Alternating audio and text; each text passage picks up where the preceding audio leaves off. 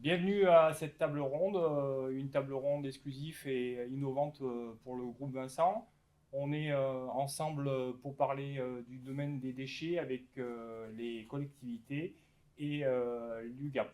Je suis Sébastien Grand, en charge de la division Vincent Environnement pour le groupe Vincent. On est aujourd'hui en notifié et titulaire au marché UGAP depuis 2 ans concernant tous les produits dans le déchet. Donc c'est un lot qui contribue aux collectivités pour fournir des solutions sur les équipements en déchetterie, en station de transfert et tout ce qui est solutions de transport et densification des déchets.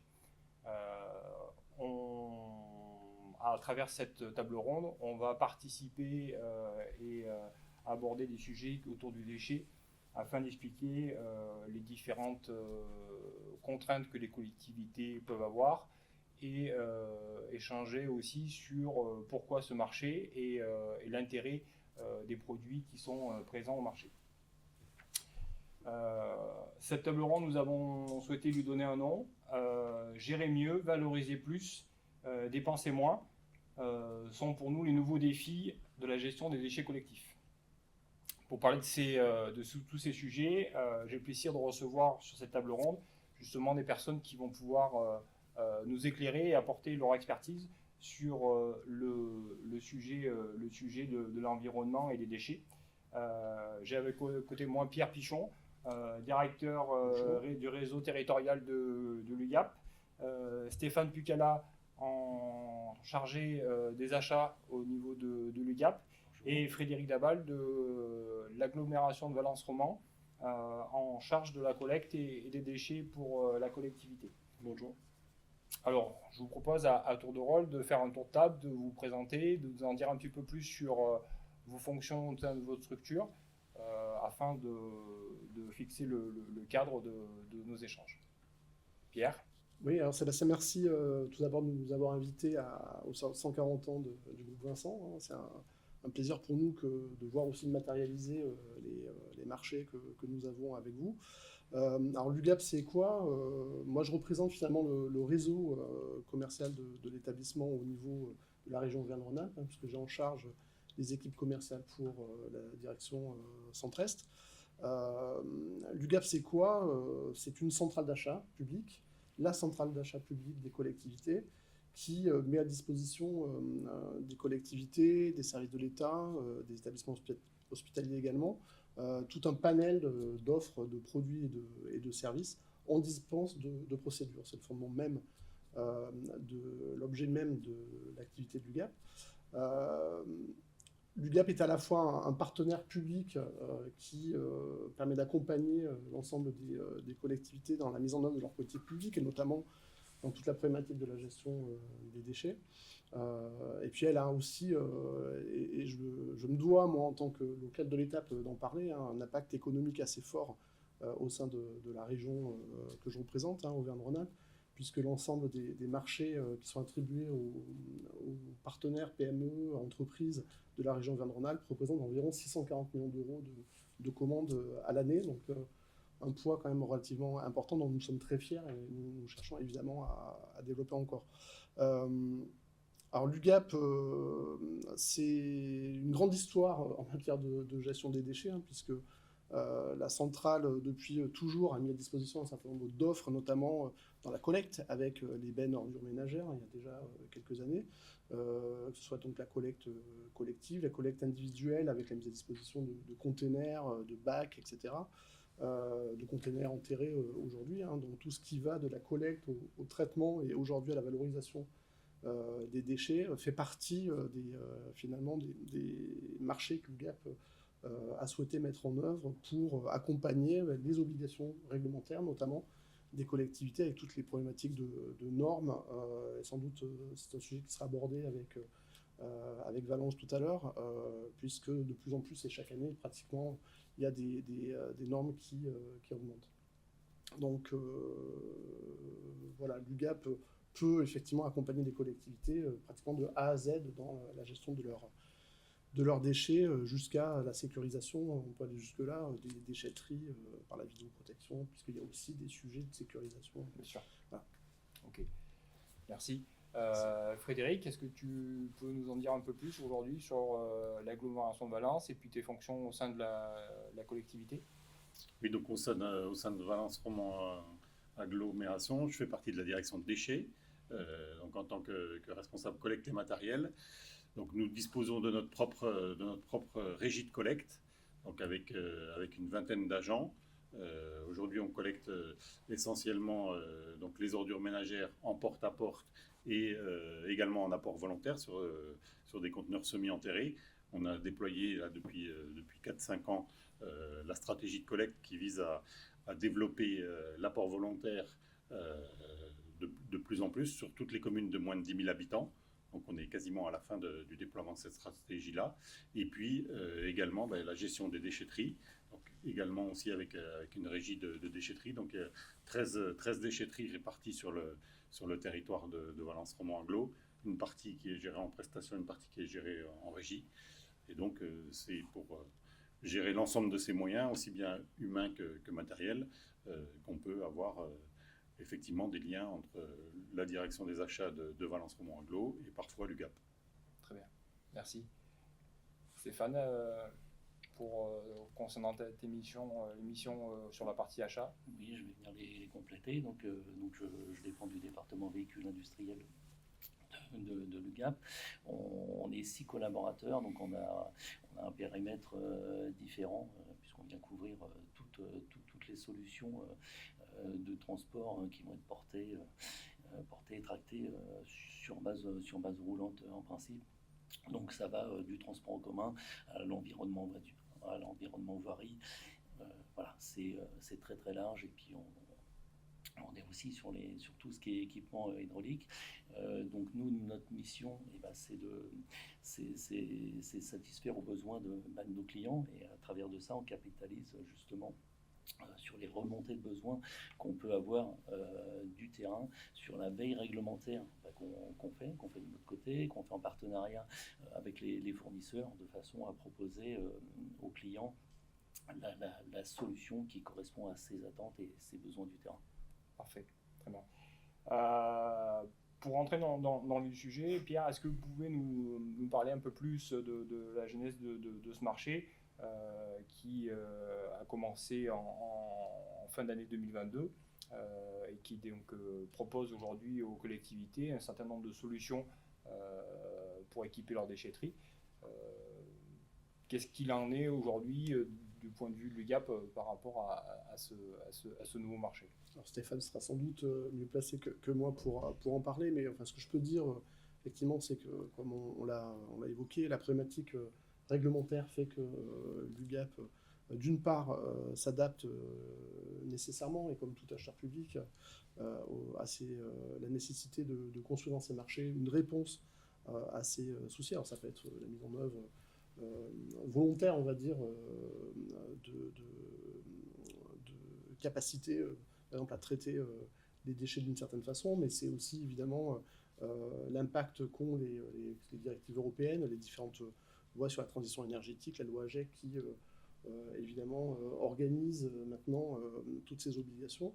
Donc l'UGAP s'adapte, et l'UGAP, comme l'a évoqué Stéphane rapidement, nécessairement a ses remontées de terrain, puisque ces équipes commerciales qui sont dans l'ensemble du réseau territorial français au plus près des besoins des clients pour effectivement remonter à la direction des achats les nouveaux besoins qui émergent, les nouvelles solutions, les échanges que peuvent avoir les clients publics avec les différents fournisseurs, fabricants, pour pouvoir demain réfléchir au montage de nouveaux marchés. Mais peut-être que Stéphane peut... Oui, je peux compléter par rapport à ça. Voilà, aujourd'hui, enfin, avant la mise en place de ces marchés, on est très très présent. On est très présent sur tout ce qui est environnement voirie, et on a vu, comme l'a rappelé Pierre, avec la loi AGEC anti-gaspi, il a fallu qu'on aille plus loin, donc à travers les remontées qu'on a eu des clients qui nous ont exprimé des besoins, où derrière il y a eu ce besoin d'équipements pour le transport des déchets, ce qui nous a amené à faire du sourcing, à se rapprocher un peu des fournisseurs pour voir les solutions qui pouvaient être proposées, puisque pour nos clients, les obligations réglementaires, ça a été au niveau du tri sélectif, de se rapprocher, de les trier en local pour réduire tout ce qui est impact carbone. Donc derrière, des nouvelles solutions se sont mises en place, et c'est ce qui nous a conduit justement à faire ce nouveau marché où du coup vous avez été retenu. Donc on l'avait lancé un peu en amont, c'est pour ça qu'on l'a lancé en 2022, puisque les obligations réglementaires étaient pour ce début d'année, donc on l'avait anticipé, et du coup on a mis en place ce système, ce marché, voilà, qui fonctionne bien aujourd'hui, à travers des semi-remorques. Enfin, on a les caissons, on a les systèmes de compacteurs qui sont divers et variés, qui correspondaient aux attentes de nos clients. Voilà, donc aujourd'hui on a un marché complet qui permet justement à nos clients, les collectivités, de pouvoir répondre à ce besoin, à ces nouvelles contraintes qu'ils ont de recyclage des déchets à proximité. Voilà, à travers les différentes lois qui ont été faites, sur le déchet vert, avant c'était enterré. Voilà, donc ça a amené pas mal de méthanisation, tout ça, et aujourd'hui, voilà, le transport était aussi était cher, puisque dans le déchet vert, vous avez à peu près 80% d'eau, donc les transporter très très loin, c'est de l'eau que vous transportez. Donc voilà, avec ces systèmes de déchetterie à proximité, il a fallu qu'on réponde à un besoin, et on l'a mis en place, et avec pour nous un succès commercial à la clé. D'accord, super. Pierre, selon vous, après 2 ans de marché actif maintenant, quelle est la place pour vous du volet environnement dans les collectivités pour la partie déchets collectifs? Est-ce qu'aujourd'hui, c'est quelque chose qui, à votre sens, devient un sujet de plus en plus prioritaire dans la tête des collectivités sur cette partie gestion de déchets et solutions d'équipement? En prioritaire, je ne sais pas. Je pense que l'agglomération de Valence Romans-Agglo saura sans doute mieux répondre à la question. Un enjeu sans doute d'abord citoyen, puisque l'enjeu c'est la planète, c'est l'environnement au sens global. Donc je pense que tout le monde a à la fois conscience des efforts qu'il y a à accomplir en la matière, mais ça nécessite pour les collectivités qui doivent l'organiser effectivement des enjeux financiers qui sont relativement importants, puisqu'il faut à la fois organiser la collecte, le traitement, la valorisation. Donc tout ça, c'est des moyens à mettre en œuvre. Donc oui, c'est sans doute extrêmement important pour eux de trouver des solutions les plus efficaces et sans doute les plus économiques. En tout cas, nous, on s'y emploie. C'est aussi l'objectif de la massification. Après, je ne peux pas répondre à la place des collectivités sur la priorisation de leurs enjeux, notamment financiers. Mais oui, certainement que ça fait partie des choses qui aujourd'hui importent aux politiques, puisque c'est aussi un sujet, et évidemment aux citoyens qui se doivent eux-mêmes, et comme les entreprises d'ailleurs, de gérer leurs déchets. Donc, on peut dire que les meilleurs déchets, c'est ce qu'on ne fait pas. Il faut commencer sans doute par ça. Et puis après, voilà, tout le travail revient à ces collectivités de trouver effectivement les bons leviers pour pouvoir répondre aux obligations réglementaires et puis répondre aux attentes aussi des citoyens en la matière. D'accord, très bien. Stéphane, par rapport à la construction de ce marché, donc qui était en amont de 2022, selon vous, est-ce que vous pouvez nous expliquer comment a été structuré ce marché avec peut-être les différents produits ou familles de produits qui ont été intégrés? Parce qu'on a un marché aujourd'hui qui est d'une diversité assez large au niveau de la partie environnementale. Il y a des produits sur la partie transport, sur la partie densification. Oui. On a les semi-remorques aujourd'hui Oui, de tout gras, à fait. on a les rouleaux compacteurs PACMAT, Oui, on a les solutions de compaction qui sont proposées par Vincent Environnement. Dans la structuration du marché, comment ça a été opéré en amont? Est-ce qu'il y a eu une réflexion avec peut-être des retours terrain? il y a eu énormément de réflexion avec les clients. On a eu énormément de... Voilà, ça a émergé, comme je l'ai rappelé tout à l'heure aujourd'hui. Nous, sur la collecte d'ordures ménagères, voilà, on représente à peu près 80% du marché.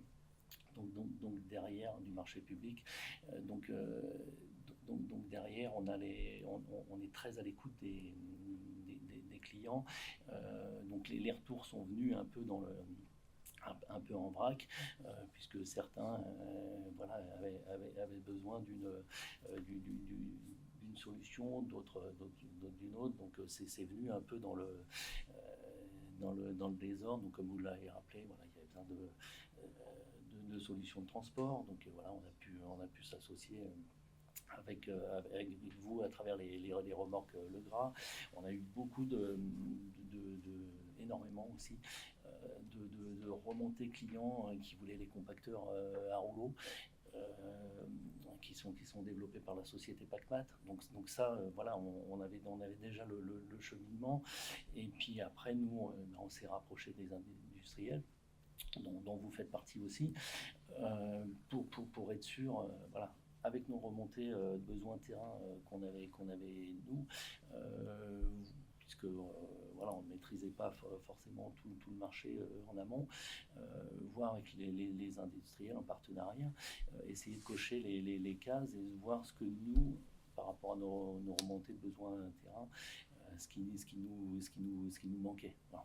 D'accord. Donc ce qui nous a amené derrière à venir ajouter des stations mobiles et fixes, parce qu'on a vu que dans ce traitement-là, voilà, c'était des solutions qu'il fallait qu'on apporte aux clients. Donc aujourd'hui, on est sur un marché qui a 2 ans, qui est quand même assez nouveau.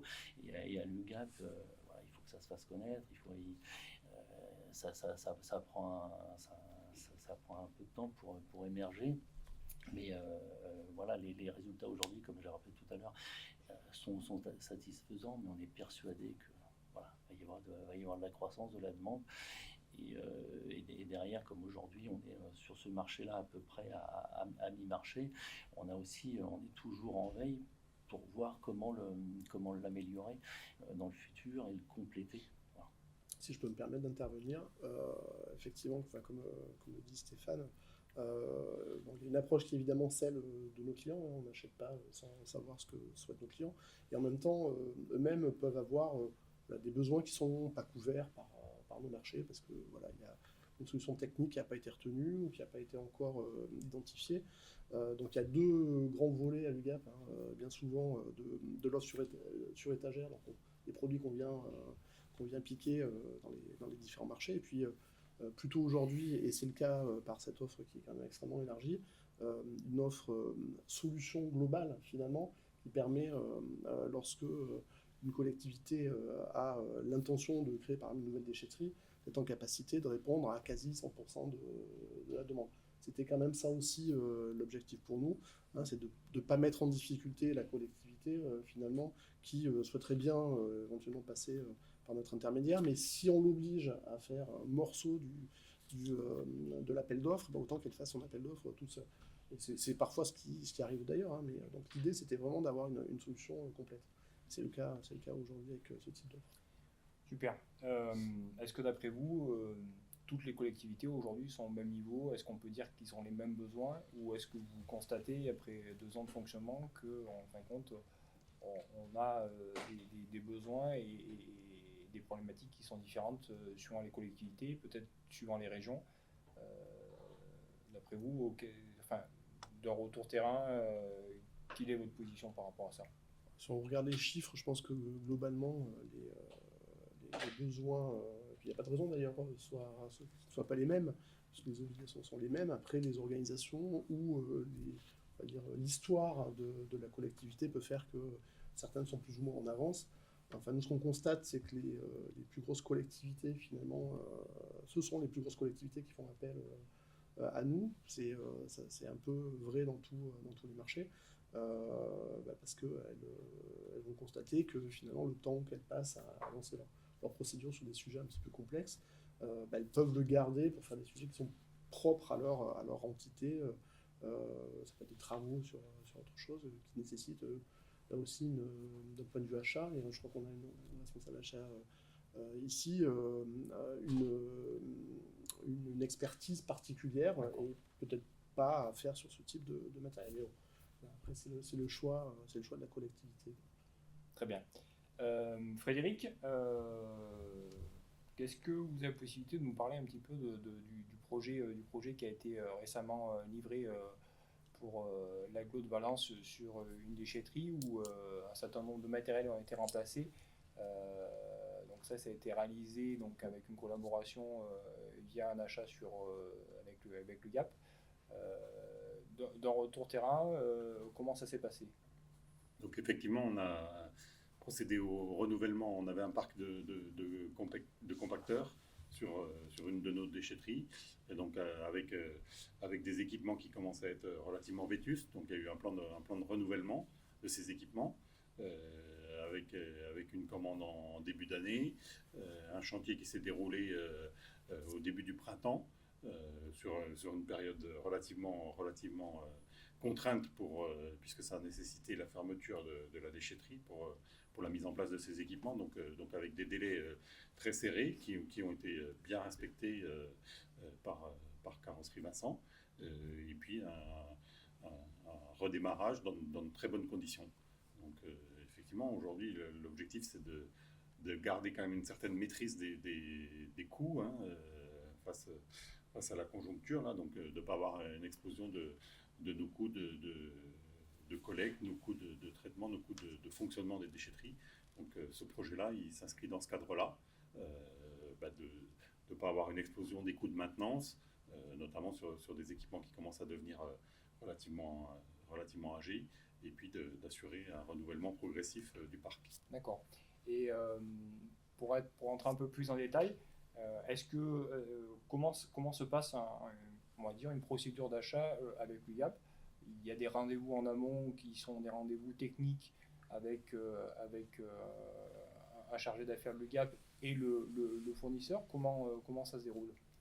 Alors de notre côté, ça se passe déjà, dans un premier temps, avec une réflexion sur la définition de nos besoins, de vraiment être assez précis en interne pour connaître les attendus, de procéder en faisant également un peu de sourcing, de voir ce qui existe sur le marché, ce qu'on peut trouver, et puis ensuite la troisième étape, effectivement, c'est de rencontrer un chargé d'affaires de l'UGAP, de lui exprimer du coup notre besoin tel qu'il a été défini, tel qu'il a été retenu, et de vérifier qu'en face de ce besoin, on a une réponse technique, une réponse économique qui correspond. Très bien, merci. En sachant qu'on n'est souvent pas seul non plus le client avec le chargé d'affaires UGAP, et que évidemment le constructeur ou le fournisseur est associé pour pouvoir discuter justement de ces sujets techniques qui sont parfois extrêmement techniques d'ailleurs, hein, donc c'est important qu'il y ait cet échange. Très bien, merci. On continue avec Marion Ban, la collectivité Valence-Romain Agglo, qui vient de nous rejoindre. Marion, vous êtes directrice adjointe des marchés publics pour l'agglomération. Est-ce que vous pouvez nous en dire un peu plus sur vos fonctions au sein de la collectivité? Oui, donc je suis directrice adjointe des achats pour Valence-Romain Agglo. Alors on a la particularité d'être séparés en deux directions à Valence-Romain Agglo, une direction des contrats publics qui gère les marchés de travaux et une direction des achats qui gère les marchés de fournitures et services. pour Valence Romand Agglo, pour Valence et pour Romand. D'accord. Voilà, avec des achats très divers et variés, hein, autant pour la direction des déchets que pour toutes les autres directions des 3 collectivités. Votre avis va être très intéressant par rapport au sujet qu'on aborde, et notamment sur la réflexion de Pierre qui évoquait en fin de compte pour les services marchés des collectivités, des fois en termes de ressources, le besoin de se recentrer sur des projets très techniques et de faire appel au service du LUGAP sur des sujets de fourniture de matériel, d'équipement, ce genre de choses. Selon vous, quelle est la position un petit peu au niveau de votre direction par rapport à ce sujet-là? Alors nous, pour Valence Romand Agglo, l'UGAP est clairement un partenaire à l'heure actuelle. C'est une solution d'achat parmi d'autres, c'est-à-dire que parfois on va passer un marché public, parfois on va se dire que l'UGAP est une meilleure solution, ou d'autres centrales aussi, hein. Mais ça fait clairement partie pour nous du panel possible pour différentes raisons. Effectivement, on a un nombre d'acheteurs qui est limité. Volontairement, et donc ça peut être aussi pour faire face à une surcharge de travail. Ça va être sur des besoins spécifiques où on sait que on connaît un petit peu les référencements UGAP et on va pouvoir aller chercher des choses sur lesquelles on n'a pas forcément la technicité, nous, pour monter les marchés. Ça arrive. Ça peut être sur des besoins ponctuels sur lesquels on ne veut pas forcément passer de marché, mais ça nous permet de commander certains produits. Enfin, c'est vraiment une solution qui fait partie de notre catalogue d'acheteurs à l'heure actuelle. D'accord. Et je finis quand même sur un point, ça nous permet aussi parfois de travailler avec des partenaires locaux de manière assez simplifiée. Parce que répondre à un marché public, c'est pas toujours évident, pour des raisons de temps, de moyens. Et donc, on sait aussi qui sont les locaux référencés à l'UGAP. Et ça nous permet de travailler avec le tissu local avec un cadre juridique qui est sécurisé. J'ai évoqué le sujet rapidement tout à l'heure, c'est vrai, de cet impact économique, c'est important pour nous, et je peux d'autant plus en parler que la région Auvergne-Rhône-Alpes est quand même plutôt bien lotie à l'UGAP sur des partenaires et des titulaires nombreux. Ça, c'est important pour nous, et on essaie effectivement de le valoriser, de pouvoir effectivement disposer de ce petit levier, en tout cas, pour faire travailler les entreprises locales. Je crois que c'est très important pour les acheteurs, mais encore plus, j'allais dire, presque pour les élus. Il y a un sujet aussi un peu politique, et ça simplifie quand même cette approche-là, on va dire, qui est un peu particulière. Donc c'est extrêmement important pour nous de vous avoir dans ce marché, en l'occurrence, pour cette activité-là. Marion, selon vous, là, par rapport aux marchés publics qui sont liés aux déchets, avec les contraintes en termes de réglementation, de loi qui évoluent sans cesse, est-ce que d'après vous, il y a pour vous, au niveau collectivité, des pièges qui sont, ou des difficultés qui vous semblent importantes et qui aujourd'hui, dans l'évolution du déchet et de tout le domaine qu'on doit traiter, d'après vous, comment on peut gérer, comment la collectivité peut faire face à toutes ces problématiques-là? Est-ce qu'il y a des contraintes réglementaires qui aujourd'hui deviennent de plus en plus compliquées pour vous? Et dans ce cas-là, comment fait-on, ou comment vous faites en tout cas pour y faire face? Est-ce que l'UGAP apporte des réponses sur cette partie réglementaire aussi? Oui, alors ça peut être un accompagnement. Après, c'est vrai qu'on a la chance d'être une grosse collectivité assez structurée, donc avec des choses qui se mettent en place pour accompagner la réglementation, hein. On a une chargée de mission SPASER sur toutes les évolutions environnementales. Donc c'est vrai que pour le coup, Valence Romand Agglo est plutôt bien structurée pour faire face, mais ça peut être il y a entre guillemets accompagner le changement. Les solutions intermédiaires, notamment via l'UGAP, c'est intéressant pour nous. Quand on passe à un marché public, nous, collectivités, on y consacre entre 4 et 6 mois, voire plus. Donc en général, on passe des marchés de longue durée. Donc on peut aussi essayer des solutions, voir si ça marche, avec des solutions plus temporaires. Voilà, D'accord. Ça peut être une forme d'accompagnement, entre guillemets. Ok. Toujours sur ce sujet-là, est-ce qu'aujourd'hui, il y a des inquiétudes sur l'évolution qui arrive dans les prochaines années. Est-ce qu'il y a déjà dans la prévision d'évolution des lois, notamment sur la partie environnementale? On sait aujourd'hui que dans les marchés publics, cette partie environnementale va prendre de plus en plus de place. Est-ce qu'aujourd'hui, un service de marché a des inquiétudes par rapport à ça? Et est-ce que peut-être aujourd'hui les structures de centrales d'achat comme l'UGAP peuvent répondre à ces inquiétudes-là? Alors des inquiétudes, je pense pas. Encore une fois, l'UGAP et les autres centrales sont des partenaires, donc ce changement, il est nécessaire, il est même, en tout cas chez Valence Roman Agglo, porté politiquement. Donc on y va avec plaisir quand même, hein, même si parfois c'est une contrainte, parce qu'il faut aller vers des changements en matière environnementale et les marchés publics sont là pour les accompagner. Et c'est vrai que, moi je suis sur le parallèle, on l'a vécu il y a 15-20 ans sur la partie plus sociale. On voit maintenant que ça se passe très bien, les clauses sociales, elles sont complètement intégrées au marché. Peut-être qu'on aura le même recul dans quelques années sur l'environnemental. Après, on tâtonne, et donc, encore une fois, avoir différentes solutions et pouvoir échanger aussi avec d'autres partenaires, c'est un plus pour y aller dans de bonnes conditions. Pour rebondir, hein, là où est sans doute la contrainte, c'est sur la mesure du respect des contraintes environnementales qui sont celles du coup des titulaires, des fournisseurs, où là effectivement on est quand même dans le démarrage du calcul on n'en a pas parlé, mais la décarbonation fait partie des sujets importants. Donc là oui, je pense que là il y a une forme de difficulté. Non pas que les acheteurs, qu'ils soient collectivités ou qu'ils soient centrales d'achat, aient des difficultés, c'est plutôt pour les fournisseurs, pour les mettre en œuvre et pour prouver qu'ils respectent leurs obligations en la matière. Donc c'est plus là où c'est un peu compliqué. Donc au travers de marchés comme l'UGAP, où les contraintes environnementales sont effectivement extrêmement précisées dans les marchés, on a la capacité de le mesurer et d'en rendre compte. On a notamment cette capacité aujourd'hui de fournir des données statistiques sur les commandes de nos clients avec l'ensemble des sujets environnementaux prévus réglementairement, on va dire. Donc voilà, ça fait partie peut-être un peu de l'atout que l'on a aujourd'hui, d'être en capacité de faire cette restitution.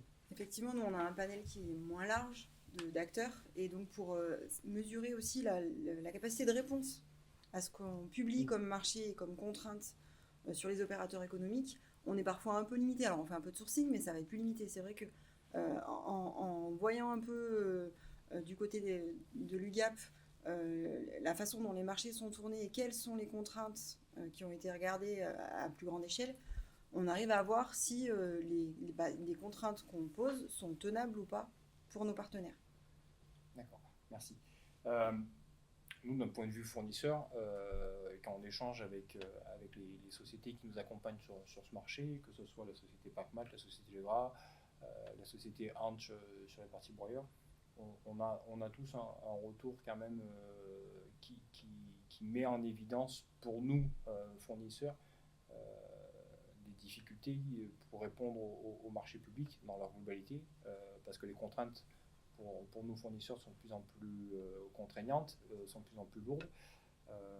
Selon vous, Pierre, est-ce que cette situation que nous on constate, c'est uniquement un sentiment du côté fournisseur, ou est-ce que vous constatez aussi de votre point de vue et de ce côté, vous, justement, distributeur de nos produits, ce même conclusion, en tout cas ce même constat? Alors, je ne connais pas particulièrement la situation, on va dire, de l'environnement carrossier et équipementier. On va dire que oui, effectivement, l'un des atouts d'une centrale comme la nôtre, c'est d'être en capacité de massifier, donc de vous permettre de répondre à un appel d'offres et de diffuser très largement vos produits en toute simplification pour les clients derrière. Et oui, sans doute que c'est plus compliqué, et notamment par les contraintes administratives, de répondre à des appels d'offres aujourd'hui. Ça a un coût. Je pense qu'effectivement, pour ça aussi, les fournisseurs, c'est plus simple de répondre à quelques appels d'offres que de répondre à des milliers d'appels d'offres de milliers de collectivités. À un moment donné, le temps, c'est de l'argent, l'administratif, investir dans l'administratif alors que c'est pas votre métier, c'est compliqué. Donc c'est tout l'intérêt d'avoir, même si des fois on dit que nos marchés sont compliqués, qu'il faut être gros pour y répondre, sans doute qu'il faut avoir une certaine technicité, mais en tout cas vous y arrivez. Donc c'est bien la preuve que c'est possible, notamment au travers de la construction du marché tel que celui-ci. Donc oui, sans doute que c'est effectivement un des enjeux de demain. En même temps, c'est bien qu'il y ait aussi un peu de concurrence et quelques appels d'offres qui soient lancés, donc ça c'est très bien. Et sans doute dans certains domaines, c'est encore plus compliqué que dans le vôtre. Donc voilà, ma réponse est un peu une réponse de Normand. Oui, mais peut-être. Peut-être que la collectivité pourra en parler davantage, mais voilà, c'est sans doute des réponses de moins en moins nombreuses aux appels d'offres. Même nous, on peut le voir dans certaines catégories de produits où il y a de moins en moins de concurrence. Donc ça, c'est aussi un sujet important pour nous, que de nous assurer de la bonne concurrence dans les marchés, d'être sûr d'avoir la meilleure réponse. Donc oui, c'est une contrainte. Donc j'inciterai effectivement certaines collectivités à plutôt s'orienter vers la centrale. Alors, dans ce domaine d'activité, il y a d'autres centrales. Effectivement, dans ce domaine d'activité, il n'y en a pas. L'UGAP est la seule à fournir ce type de produit. Voilà. Il y a une question sur laquelle j'aimerais qu'on puisse échanger, c'est aujourd'hui on sent au niveau des collectivités que la gestion des déchets devient un sujet délicat parce que plus de contraintes, plus de flux en déchetterie. On voit les évolutions de ces déchetteries avec l'intégration de containers pour les produits dangereux, pour les produits de réemploi, ce qui n'était pas le cas qui viennent d'intégrer. En tout cas, on a l'impression que c'est un domaine, cette gestion des déchets, qui est en perpétuelle évolution et qui, là, sur les dernières années et sur les prochaines années qui arrivent, on sent encore des évolutions. Selon vous, aujourd'hui, comment on peut arriver à solutionner ça au niveau des collectivités? Marion, sur cette partie-là, est-ce que vous, aujourd'hui, vous avez des retours terrain de la part des utilisateurs chez vous en interne qui vous font remonter des infos au niveau du service achat sur cette partie-là, sur l'évolution de la gestion des déchets? Non. Après, nous, on est vraiment pas au cœur des préoccupations de chaque direction. Et là, c'est vraiment une préoccupation direction des déchets. Après, on voit bien qu'il y a des questionnements, vu les demandes de marché liées aux déchetteries qui nous arrivent et à la gestion des déchets. Mais moi, je ne pourrais pas répondre précisément à cette question qui est plus métier. Là, il aurait fallu... soit il faut voir avec mon collègue qui était là tout à l'heure, soit avec la directrice des déchets, mais D'accord. On sort de mon champ personnellement. Pierre, selon vous, cette évolution, est-ce que pour vous, c'est un sujet qui devient un sujet délicat, la gestion des déchets, qui prend de plus en plus de place? Alors, délicat certainement, mais là aussi, je préfère me tourner vers la collectivité dont c'est le cœur de métier. Sans doute oui, parce qu'effectivement, on voit une extension des sujets, notamment par la nécessité aujourd'hui de valoriser les déchets, de les retraiter, de les recycler. Donc voilà, tout ça, ça nécessite une organisation particulière, des filières particulières, parce qu'au-delà de la collectivité, il y a tout ce qui va derrière dans la partie recyclage et retraitement. Donc c'est cette fameuse responsabilité sociale et environnementale dont tout un chacun est finalement responsable. Voilà, oui, donc certainement que c'est un sujet de plus en plus prégnant. Maintenant, ce que ça représente en termes de contraintes et de difficultés aujourd'hui ou à venir, je l'ignore encore. Mais voilà, on peut se tourner vers nos amis des collectivités. Donc Stéphane, tu as une réponse Non, je pense que tu as été très complet. Voilà. Pour finir cet échange-là, Stéphane, d'après vous, d'un point de vue achat, les prochains enjeux auxquels vous allez faire face dans l'évolution de ce domaine-là, quels sont-ils pour vous? Nous, on se doit d'être proactifs. Aujourd'hui, voilà, marché sur ces segments-là, voilà, ces 10 dernières années, ça a quand même ils ont été extrêmement modifiés, changés. On s'est adapté, comme je l'avais rappelé tout à l'heure, à la demande des clients, des réglementations. Donc c'est en perpétuelle évolution et nous, on se doit, à travers nos clients, à travers aussi nos partenaires, comme vous l'êtes, d'être en veille pour anticiper et savoir avoir à notre offre les matériels qui vont venir dans le futur et qui potentiellement peuvent nous manquer et dont les clients ont besoin. Voilà. D'accord, merci. Eh bien, merci à tous d'avoir participé à cette table ronde, Merci.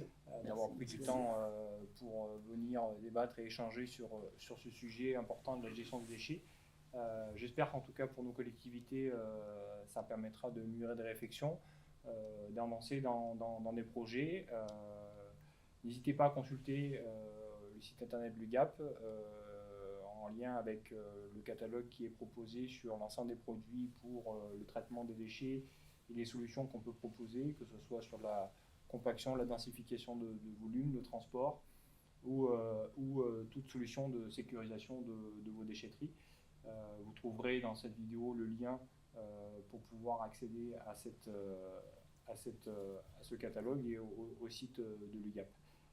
Merci à tous et puis à bientôt.